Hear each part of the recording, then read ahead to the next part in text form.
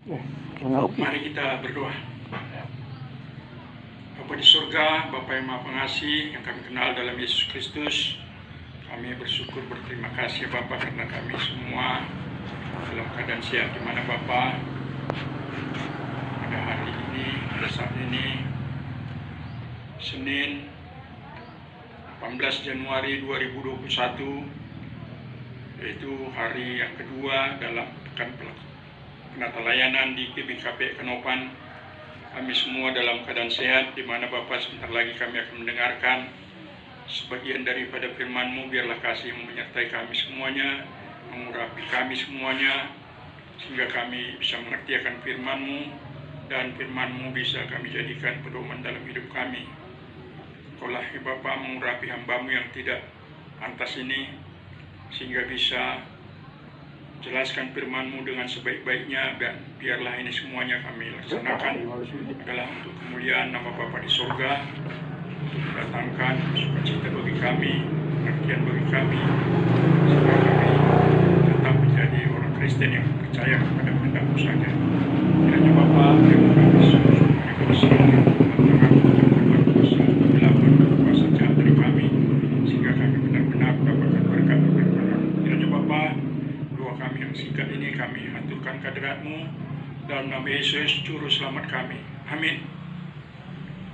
Bapak Ibu Saudara yang dikasihi oleh Tuhan kita Yesus Kristus, nats khotbah yang sampai kepada kita pada saat ini yang sudah diaturkan moderaman kita, moderamen GBKP se-Indonesia, diambil dari Mazmur 127 ayat 3 sampai ayat yang kelima. Mari kita dengarkan bersama-sama. Mazmur 127 ayat 3 sampai dengan 5. Si tuhuna Tuhan si mereken kap anak-anak pasu-pasu ibas Tuhan nari kap ia. Anak dilaki si pupus tupung kalak muda dengar balik kap deras anak panah ibas tan si bisa. Sangap kap kalak si melala anak panah nasi bage. Digan be la ia tertalukan. Tupung jumpa ras imbangna i pengadilan. Bapak Ibu Saudara yang dikasihi oleh Tuhan kita Yesus Kristus, tema kita pada saat ini yaitu pada pekan penata layanan hari yang kedua ini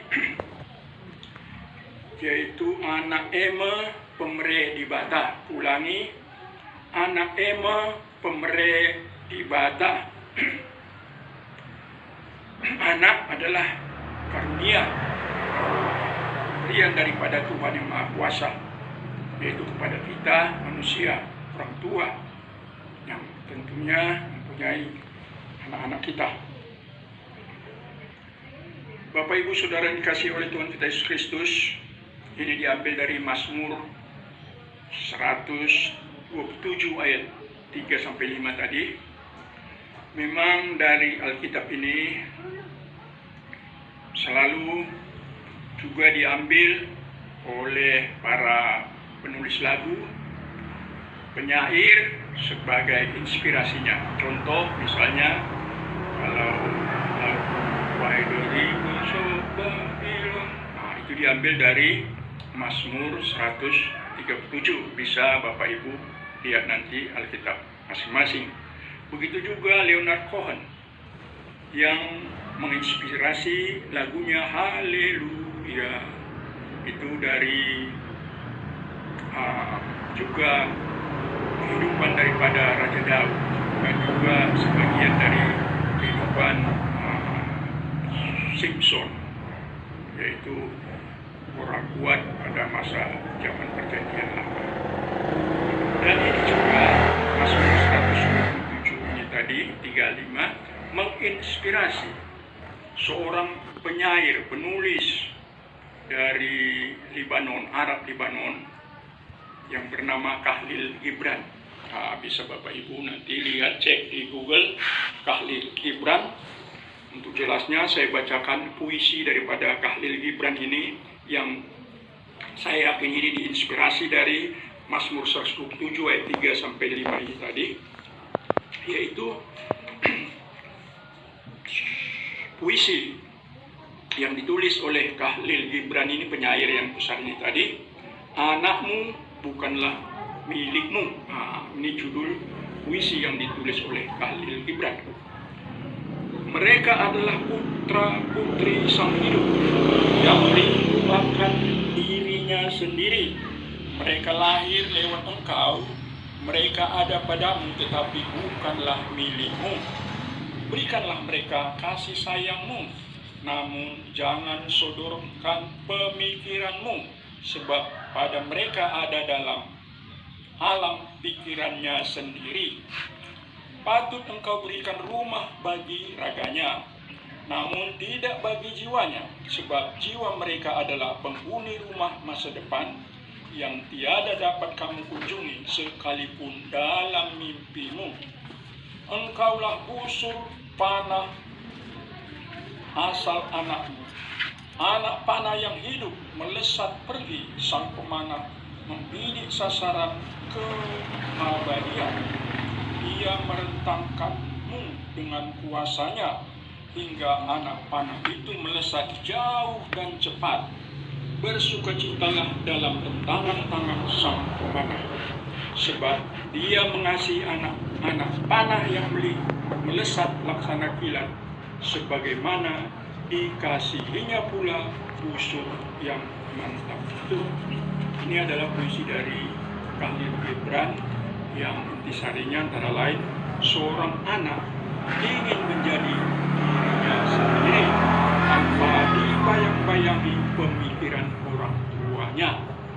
Bapak Ibu Saudara yang dikasihi oleh Tuhan kita Yesus Kristus, ada cerita saya. Ini cerita yang benar-benar terjadi, kisah kira-kira tahun 70-an. Mungkin ini sudah pernah saya ceritakan. Kalaupun sudah pernah dengar, Bapak Ibu anggap saja belum pernah mendengarnya. Ketika itu, ini emang guru saya, anaknya pernah masih sehat. Emang guru saya ini dan emang guru saya ini bercita-cita anaknya itu jadi insinyur. Dan dia pun setelah tamat SMA dikuliahkan di Fakultas Teknik di Universitas Metodis Indonesia Medan ketika itu sekitar tahun 1970-an. Setelah kuliah berjalan kurang 1 tahun, dilihatlah oleh para dosen, rektor dari universitas tersebut bahwa si saat ini tadi, nama teman saya ini, rupanya dia tidak mempunyai bakat ataupun katakanlah talenta untuk menjadi insinyur, sehingga dia pun dalam mempelajarinya antara mau dan tidak mau, enggan, demikianlah. Sehingga diambillah kesimpulan, dipanggillah orang tua daripada si saat ini tadi, supaya anaknya itu dipindahkanlah, supaya karena dia dalam universitas jurusan teknik tadi tidaklah serasi kepada dia, sehingga anak ini pun pindah jurusan. Dari cerita ini bisa kita lihat bahwa janganlah kita hendaknya orang tua memaksakan keinginan kita. Biarlah anak-anak itu sendiri yang memilih pilihannya, karena dia sendiri yang tahu bakat-bakatnya. Dalam sekolah SMA misalnya, ada guru BP, bimbingan dan penyuluhan. Ini maksudnya supaya membimbing terutama anak-anak sekolah agar dia bisa katakanlah memilih jurusan. Karena di SMA itu sudah mulai memilih jurusan, apakah masuk di IPA, PS atau pengetahuan bahasa. Yang ketiga, ini lain ada yang 4. Dan BP inilah, Bapak Ibu, BP inilah yang biasanya menentukan atau dikonsultasikan, melalui konsultasi mereka ditentukan jurusan anak-anak tersebut, karena mereka tentunya sudah mempunyai pengetahuan yang ada tentang hal ini, tentang jurusan anak-anak di sekolah SMA. Dan kalau di kota-kota besar, katakanlah di Medan, ada juga itu psikolog. Psikolog yang saya tidak tahu apakah ada di Kanopan ini. Psikolog ini juga tugasnya mengetahui, salah satu tugas psikolog adalah mengetahui atau dia bisa memintai konsultasi, mintai pendapat kemana seorang anak itu melanjut ke dalam universitas misalnya, apa bakatnya, apakah dia itu pantas atau punya bakat seorang menjadi seorang dokter, kedokteran, ataukah seorang fakultas hukum, ataukah dia mau belajar seni, ataukah jurusan-jurusan yang lain. Dan tentunya seorang psikolog ini bisa paling tidak dia berkonsultasi dengan orang tua yang kalau ada orang tua yang katakanlah ragu-ragu kemana anaknya ini mau disekolahkan. Bapak Ibu Saudara yang dikasihi oleh Tuhan kita Yesus Kristus, dan peran orang tua itu sebenarnya penting sekali dalam pertumbuhan anak-anak kita. Contoh, saya juga pernah sebagai seorang guru, pernah saya mengajar di SMP swasta. SMP swasta ini anak-anaknya umurnya kira-kira umur 12 atau 13 tahun. Seharusnya seorang yang sudah SMP, yaitu sudah tahulah membaca. Kemudian pada ketika itu saya berikan pelajaran, dan setelah berikan pelajaran, biasanya Bapak Ibu guru itu memberikan tugas 1 sampai 10, dan setelah ditunggu beberapa menit, katakanlah 10 menit, tugas selesai, berhenti. Kemudian apa-apa yang telah murid-murid itu atau siswa itu kerjakan, saya panggil, kamu si A, si B tulis, jawabmu papan tulis, si C demikian juga. Kemudian ada seorang anak tulis jawaban yang telah kau kerjakan tadi. Ternyata si anak ini maju ke depan, tapi dia ditulisnya yang tidak jawabannya, dan kawan-kawannya sudah mengatakan, Pak nggak tahu baca itu Pak, menulis pun nggak tahu. Dan anak tersebut keluar air mata, menangis gitu. Saya heran, kenapa seorang anak SMP tidak tahu membaca dan tidak tahu menulis? Gimana ini salahnya? Tentunya ini juga peran daripada orang tua. Kenapa seorang tua itu tidak memperhatikan anaknya? Kalau dia misalnya tidak tahu membaca, tentunya ya mungkin ditanya gurunya atau diajarkan, diajarilah di rumahnya, kan demikian. Dan ini juga perhatian orang tua yang saya tekankan perlu. Pernah juga kejadian, saya mengajar di khusus bahasa Inggris seorang anak juga, ya katakanlah anak SMP dia, saya suruh menyalin. Ya setelah saya terangkan, salin saya bilang, bukan tulis. Seorang anak ini, seorang anak perempuan, maju dia ke depan, ke papan tulis itu, begini dia, ditulisnya loh, ini anak, kenapa begini, pikir saya. Rupanya, kenapa kau begitu, saya tanya. Nggak nampak Pak, tanya. Tapi terang, teman-teman yang lain bisa melihatnya, tapi anak ini tidak bisa. Sehingga saya berkesimpulan, dia ini tidak bisa melihat, berarti ada masalah dengan penglihatannya atau matanya. Kemudian dia dijemput oleh orang tuanya. Saya katakan, coba ibu periksakan anak ibu ini kepada dokter mata, karena saya lihat penglihatannya kurang. Dari kejadian ini juga, tentunya kita tahu bahwa orang tuanya juga tidak memperhatikannya di rumah, tidak memperhatikannya bahwa anaknya itu sudah mulai penglihatannya sudah berkurang, alias tidak bisa melihat dengan jelas. Dan setelah 3 hari kemudian saya lihat memang anak tersebut memakai kacamata, karena mungkin sudah dibawa oleh orang tuanya ke dokter, dan dokter menyuruh dia memakai kacamata resep. Dari kejadian-kejadian ini, Bapak Ibu Saudara yang dikasihi oleh Tuhan Yesus Kristus, kita perlu memang memperhatikan anak-anak kita, karena sebagaimana tema kita tadi, bahwa anak-anak kita itu adalah titipan Tuhan yang Maha Kuasa kepada kita, dititipkan kepada kita untuk kita didik, tentunya kita bimbing, kita perhatikan apa-apa yang perlu, sandang dalam pelajarannya, dalam jasmaninya, dalam dia melihat bisa atau tidak tadi, seperti yang saya katakan tadi. Bapak Ibu Saudara yang dikasih oleh Tuhan kita Yesus Kristus, jadi tentunya Nats ini juga mengajak kita orang tua supaya kita benar-benar mengasihi anak-anak kita dan juga tetap membimbing anak-anak kita, karena orang tua dan anak-anak kita ini semua dikasih oleh Tuhan yang Maha Kuasa, dan itulah kehendak Tuhan yang Maha Kuasa agar kita memberikan kepada anak-anak kita hal-hal yang baik yang berkenan dengan perintah. Ada juga pengalaman saya. Suatu masa kecil, saya ini agak bandel, sehingga orang tua saya, almarhum mereka, bapak, mempersiapkan otak.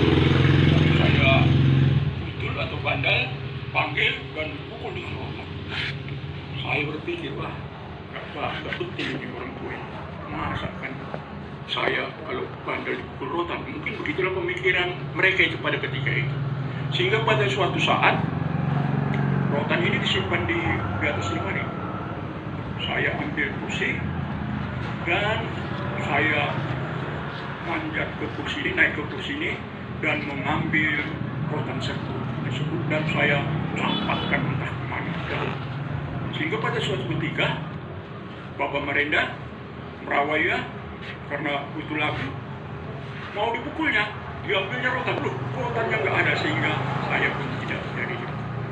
Maksud saya, kalau ada hal-hal, katakanlah masa anak-anak kita yang tidak sesuai ataupun mungkin suatu hal yang keras lah kita katakan, janganlah itu kita lakukan kepada anak-anak kita. Mungkin apa-apa yang dilakukan orang tua kita zaman dulu ataupun ketika kita masih kecil itu adalah kebaikan kita, tetapi janganlah tentunya dengan kata-kata yang kasar atau dengan pemukulan, karena itu hal yang tidak baik, dan itu janganlah kita lakukan kepada anak-anak kita. Sekali lagi Bapak Ibu Saudara yang kasih oleh Tuhan kita Yesus Kristus, marilah kita tetap berpedoman bahwa anak-anak kita adalah titipan Tuhan yang Maha Kuasa kepada kita untuk kita bimbing, kita didik sesuai dengan kehendaknya. Dan seperti misi kali kita tadi, karena anak kita bukan milik kita, dia sebagai anak panah yang menuju cita-citanya, tentunya yaitu menuju kepada hal-hal yang baik yang sesuai dengan kehendak Allah yang Maha Kuasa. Sekali lagi Bapak Ibu Saudara yang dikasihi oleh Tuhan Kristus, marilah kita tetap berdoa agar anak-anak kita pun nantinya menjadi orang yang berguna bagi masyarakat, bagi Tuhan juga bagi agama kita. Inilah yang bisa saya sampaikan pada saat ini. Semoga Tuhan tetap menyertai kita dan anak-anak kita semuanya dimanapun berada. Amin. Doa kita. Bapa di sorga, Bapa yang Maha Pengasih yang kami kenal dalam Yesus Kristus, kembali kami datang ke hadirat-Mu Bapa. Terima kasih karena kami semua dalam keadaan sehat dan kami telah mendengarkan sebagian dari firman-Mu. Kiranya biarlah kasih dan padamu tetap menyertai kami semuanya, bimbing anak-anak kami semua dimanapun berada, sehingga pada suatu ketika nanti anak-anak kami juga akan tetap mau menjadi orang yang berguna sesuai dengan kehendak Bapa. Biarlah kami tetap percaya kepada Yesus Kristus sebagai Juru Selamat, sebagai Raja kami, dan sebagai Tuhan kami. Kiranya Bapa, doa kami yang singkat ini kami aturkan hadirat-Mu dalam nama Yesus Juru Selamat kami. Amin.